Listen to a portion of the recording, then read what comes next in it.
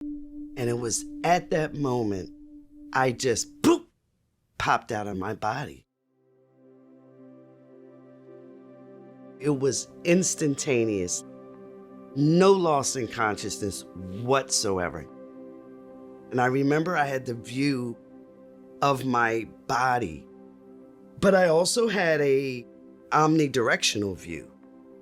And I remember seeing my body, not realizing that I had died. And I'm looking at this me that's laying there, and I was almost unrecognizable because your body, when you're looking at it from a complete view, it's not like the mirror view. It's a completely different look. You're like clay, formed clay, sort of. And I'm looking at myself, and I know it's me, but I don't feel it connect. There were two types of feelings I was having. The first one was sort of trying to figure out what the hell just happened, because I'm not dead. No way. I can't be. I'm so alive. And I felt great. Like I just felt, you're not ever like as a teenager, your body feels great. Like you're almost invincible, right?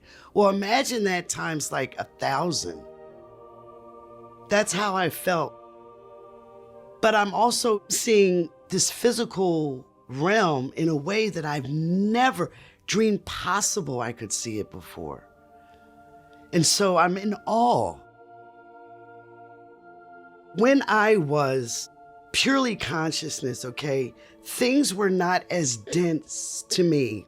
I could see all the layers of things. And I'm seeing all these little energy patterns everywhere, like little waves of energy everywhere.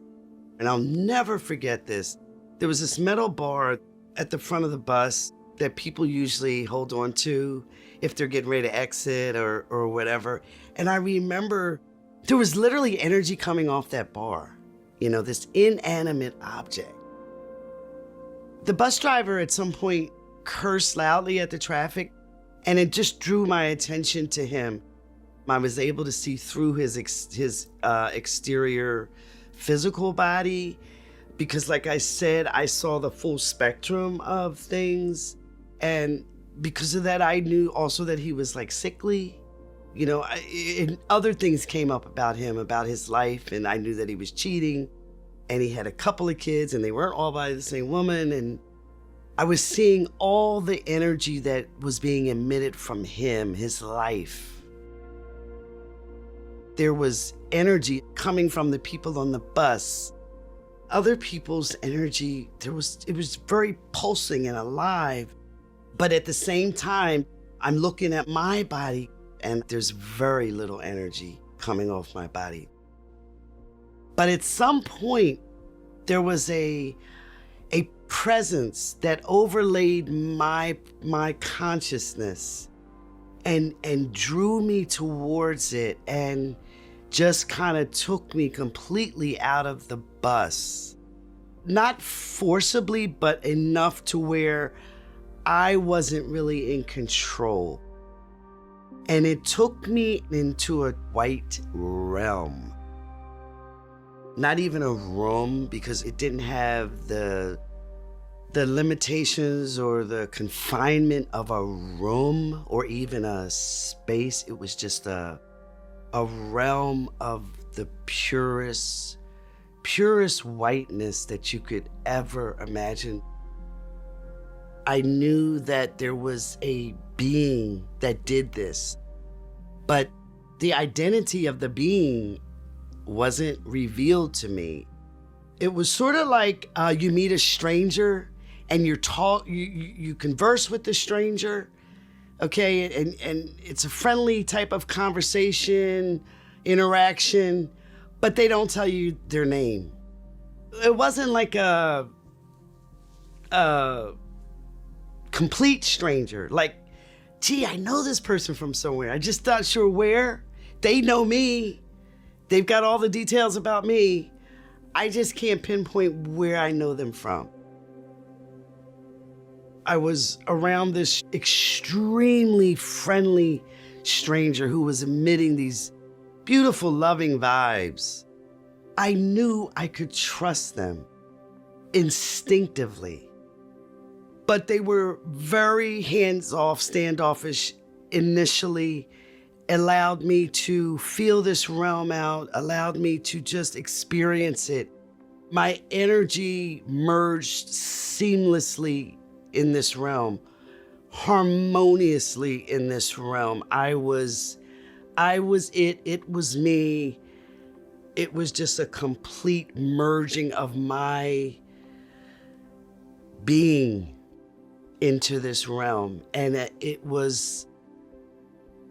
I didn't want to ever be anywhere else. That was it. It was like I was home. Within this realm, I got to connect with different worlds, different creations. I experienced just an influx of so many different facets of existence. And believe me, this is a tiny part of it. Tiny, minuscule part of it.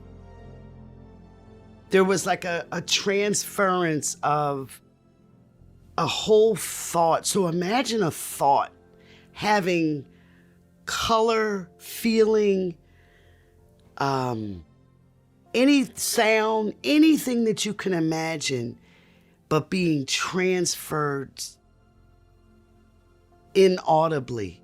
And that's how I received information from this entity who explained to me that they were my spiritual companion. We call them guides. They didn't impart a lot of information to me as far as like a lot of the missing gaps of information that I have or had as a teenager back then. But there were some things that they did show me. One in particular that's, embarrassing a tad bit is showing me all the things I had stolen as a teenager.